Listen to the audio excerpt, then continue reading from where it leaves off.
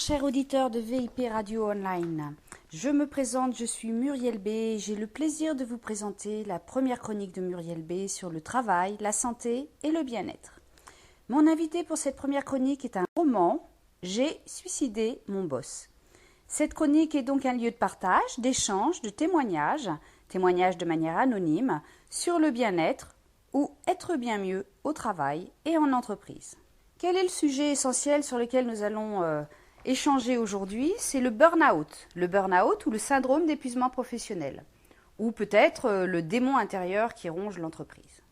Je fais cette chronique pour vous tous, pour tous ceux qui aiment le travail et pour ceux qui l'ont aimé ou qui aimeraient peut-être se réconcilier avec le travail. La presse aujourd'hui fait couler beaucoup d'encre sur le sujet du burn-out. Un article pousse l'autre.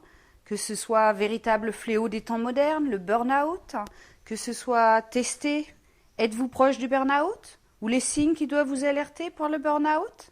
Donc voilà, je me présente, je suis Muriel B, auteure du roman à succès J'ai suicidé mon boss. Ce roman policier et roman d'entreprise est intriguant, léger, bien qu'il porte sur un sujet d'actualité grave, et encore tabou, même si, comme dit la presse, c'est le fléau des temps modernes dans le monde du travail. Ce livre est sorti le 1er mai, date symbolique de la fête du travail. Qui suis-je plus précisément? Je suis directrice financière en entreprise depuis plus de 30 ans et surtout je suis aussi coach professionnel certifié, coach de vie. Je suis sophrologue, hypnopraticienne et surtout je suis très attachée à l'humain. Je suis fortement impliquée au sein d'une association, l'Association française de la polyarthrite, où je fais un lien d'ailleurs dans mon roman sur le résultat des recherches scientifiques sur le stress et les maladies auto-immunes. À qui s'adresse cette chronique et ce roman? À tous ceux qui aiment lire des romans policiers, des romans d'entreprise. Il s'adresse aussi à des coachs, à des dirigeants, à des comités d'entreprise et à tous ceux qui ont pour passion le roman. Et aussi, surtout, peut-être, pour tous ceux qui sont aujourd'hui en difficulté au sein de leur travail, qui sont dans des situations complexes et qui ne mesurent pas encore le risque et les conséquences d'un épuisement professionnel. Le fil des chapitres de mon roman décline le process clinique d'une chute en épuisement professionnel. Bien sûr, c'est un roman, donc c'est drôle, avec des intrigues. Les lecteurs ont plaisir à tourner les pages, mais mon idée a été surtout de pouvoir aider un lecteur souffrant de ce syndrome en lui permettant de mettre en œuvre ce que l'on peut appeler la technique de métaposition-attitude, c'est-à-dire prendre du recul et de s'observer par rapport à la situation donnée, c'est-à-dire par rapport aux acteurs de ce roman. Finalement, combien de fois nous arrive-t-il en effet d'avoir le nez sur le guidon, à tel point que notre route semble tellement obstruée, sans perspective? Le tourbillon de nos problèmes nous plaque parfois au sol et nous empêche de prendre la hauteur nécessaire pour pouvoir en sortir. Et c'est bien souvent le cas quand nous sommes stressés, épuisés au travail. Alors, à travers mon roman, sachez que j'ai souhaité vous apporter la capacité à vous élever au-dessus de vous-même, d'observer de tout en haut tout ce qui est en train de se faire, tout ce qui se fait bien évidemment dans cette entreprise d'Estress Fauteuil, qui est l'entreprise de mon roman où tout commence très bien, et d'ailleurs, je vous rassure, où tout finit très bien également. Et c'est d'ailleurs parce que tout finit très bien que cela permet, en prenant cette position d'observateur pour les personnes en difficulté, de créer une dissociation et qui aura pour effet de diminuer l'intensité de vos émotions et de vous apaiser. Ainsi détaché, vous serez alors beaucoup plus serein pour prendre en compte les données de vos problèmes actuels. Voici l'intérêt de mon roman, car il finit bien, et le lecteur, en réelle difficulté, se sent soulagé et peut voir un autre horizon. Comme il a partagé à travers la lecture de ce roman, les intrigues, les émotions, la fin qui est une belle fin, cela ouvre vraiment au lecteur une porte de sortie à lui-même. Alors pourquoi parler de ce sujet, le burn-out, alors qu'il y a des millions de gens qui en parlent sans en parler? Tout simplement, en France, il y a plus de 3 millions de salariés qui sont menacés par le burn-out. Alors on s'étonne trop souvent de ce que l'on voit rarement et trop peu de ce que l'on voit tout le temps. C'est-à-dire que les premiers suicides ont fait la presse de l'actualité et les 3e et 4e étaient dans la rubrique faits divers. C'est un point qui m'a toujours choquée et c'est pour ça que ce soit au sujet des SDF, de la dépression, du burn-out en entreprise, des suicides, que ce soit des suicides des jeunes, des personnes âgées, des suicides professionnels. Je considère aujourd'hui que nos médias savent bien faire, c'est-à-dire parler à tort et à travers sans vraiment parler du vrai sujet. Pourquoi du vrai sujet ?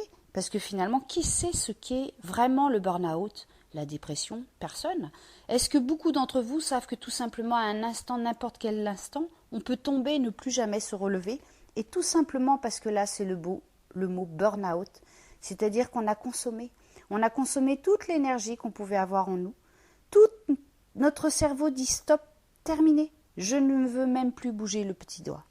Lors de chaque conférence, je tiens toujours à faire la distinction entre les millions de patrons, de boss c'est vraiment un mot non pas péjoratif, mais des hommes courageux, et à l'inverse, qui eux-mêmes d'ailleurs sont souvent victimes de burn-out, et à l'inverse, les mercenaires en entreprise, les mercenaires financiers qui sont des gens placés par des relations, mais qui finalement n'ont aucun intérêt collectif dans l'entreprise et ne pensent qu'à empocher, encaisser. Et donc ces gens-là sont destructeurs de la vie de l'entreprise. Mais finalement, s'il y a une seule peut-être des raisons qui fait qu'on en arrive là, bien évidemment, ce n'est peut-être que l'argent. Toujours l'argent, encore l'argent. Effectivement, la pression fiscale imposée par notre État qui tue l'entreprise, qui pousse le management et la direction à agir dans l'urgence pour trouver toujours plus d'argent. Et s'il y a quelques jours, vous avez pu entendre à la radio le ministre du Travail, alors là, je la reprends parce que je trouve que ça, c'est trop fort, en parlant des entrepreneurs, de les appeler des pleurnichards. Or que ce sont des gens comme vous et moi qui travaillons jour et nuit, et on ose appeler ces gens-là des pleurnichards. Alors moi, c'est pour ça que je considère aujourd'hui que le stress au travail, c'est vraiment une affaire nationale, politisée, où aucune volonté gouvernementale n'est proposée pour rassurer le citoyen. Car eux, nos chers politiciens, n'ont pas le temps de s'épuiser au travail, ils ne font que passer et empocher à perpétuité. Alors, mon expérience m'a permis de naviguer avec des capitaines et des équipes en entreprise. Mon retour d'expérience me permet de passer des vrais messages, que ce soit aux dirigeants d'entreprise, qui sont eux aussi victimes de burn-out, ou aux salariés équipiers. En fait, tout simplement, cette descente insinueuse où la vie de l'entourage est impactée, les collègues, la famille, les parents, où la descente aux enfers avec peut-être des prises médicamenteuses vous atrophie l'esprit, ça c'est une spirale infernale. Et trop de gens aujourd'hui sont dans cette boucle. Et finalement, pour moi, c'est la belle démonstration que dans notre société, nous ne cherchons jamais à résoudre les problématiques, mais nous préférons toujours inventer d'autres alternatives qui génèrent d'autres dysfonctionnements. À mon sens, les antidépresseurs en sont une belle démonstration, puisque finalement, on essaye de soulager les maux, mais on ne fait qu'empirer, car le remède est pire que le mal. Alors simplement, on peut peut-être se poser la question, quels sont les sujets, les prérequis pour faire un burn-out ? Les femmes peut-être, parce que les souffrances au travail touchent beaucoup plus les femmes. Parce que les femmes, en plus de leur vie professionnelle, elles ont les tâches ménagères, les tâches éducatives. Elles ont très peu de temps, bien souvent, pour s'occuper d'elles. Les hommes sont aussi victimes du burn-out. Dans tous les cas, nous trouvons des personnes qui aiment le travail bien fait. Des personnes qui ont une conscience professionnelle, qui sont bien éduquées et surtout qui ne savent pas dire, ou très peu, dire non. Il est possible de décliner 4 phases caractéristiques du plaisir à l'épuisement professionnel. Le cabinet Technologia, à Paris, qui travaille sur les risques psychosociaux, a identifié 4 phases. La phase 1, le plaisir au travail. La phase 2, le surengagement au travail. La phase 3, l'acharnement frénétique. Et la phase 4, l'effondrement. Peut-être que vous vous situez déjà dans une de ces phases. Quoi qu'il en soit, sachez que vous n'êtes pas seul. Des gens travaillent pour vous à ce sujet et n'hésitez pas à parler, à lire, à voir un petit peu tout ce qui se passe autour des risques psychosociaux. Alors peut-être sous un autre angle, on peut se poser la question, quelles sont les personnes redoutables dans l'entreprise ? Par exemple, le carriériste dangereux, il n'est jamais responsable, il pratique une politique de délégation de problèmes. S'il y a des dysfonctionnements, il trouve toujours des coupables. Il a pour principe managériaux d'isoler les équipes, de mettre la pression, bien sûr ce qui engendre la perte des valeurs. Il se fait mousser auprès du boss, il est admirateur de son chef car il ne critique jamais. Il raconte tout à son patron, c'est un subordonné facile, complaisant, pragmatique. dans son seul intérêt. Il n'a pas d'éthique ni d'amour-propre, pas de conscience collective. Il ne satisfait que ses intérêts personnels à l'encontre de ceux de l'entreprise.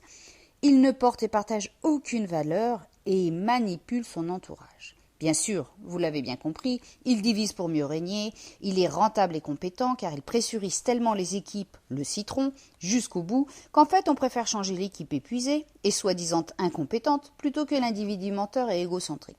C'est un adepte de la méthode du placard ou du syndrome du gobelet, c'est-à-dire la guerre des services. Maintenant, quels sont les quelques symptômes du burn-out ?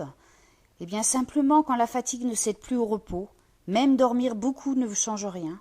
L'excès de sommeil peut être aussi une manifestation de troubles dépressifs, pour préférer se plonger dans le sommeil, dans un monde de paix.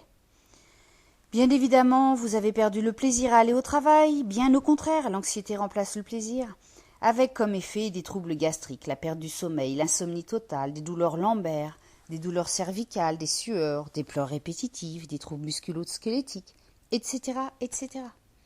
Que faire dans un premier temps ? Consulter le médecin du travail ou plutôt la clinique du travail ?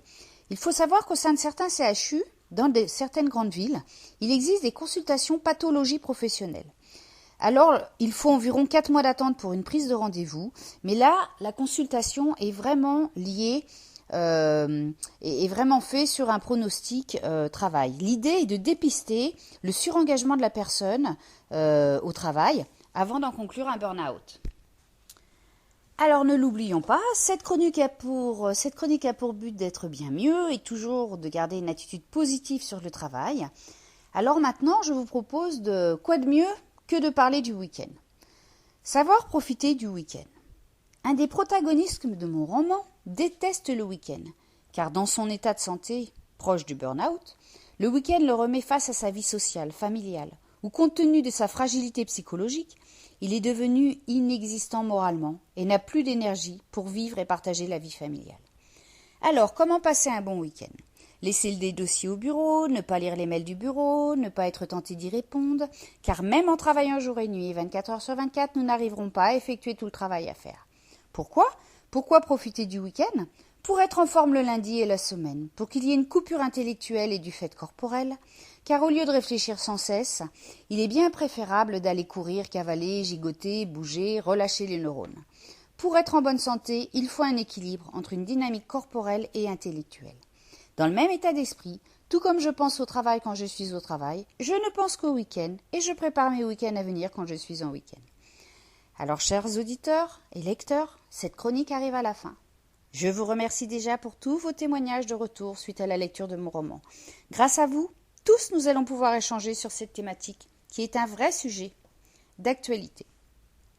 Je vous propose, si vous le souhaitez, pour la prochaine chronique de Muriel B, qui aura lieu en août, de me préparer vos questions, vos réflexions, vos suggestions, les thèmes que vous souhaitez voir abordés dans cette chronique, travail, santé, bien-être. Tout cela de manière anonyme si vous préférez, bien évidemment. Cette chronique est la vôtre et la nôtre, d'être en bonne santé et d'être bien mieux au travail. Si vous êtes dans une entreprise où il fait bon vivre et que vous avez envie de partager les bons moments, les bonnes idées et de crier haut et fort « j'aime ma boîte », alors n'hésitez surtout pas.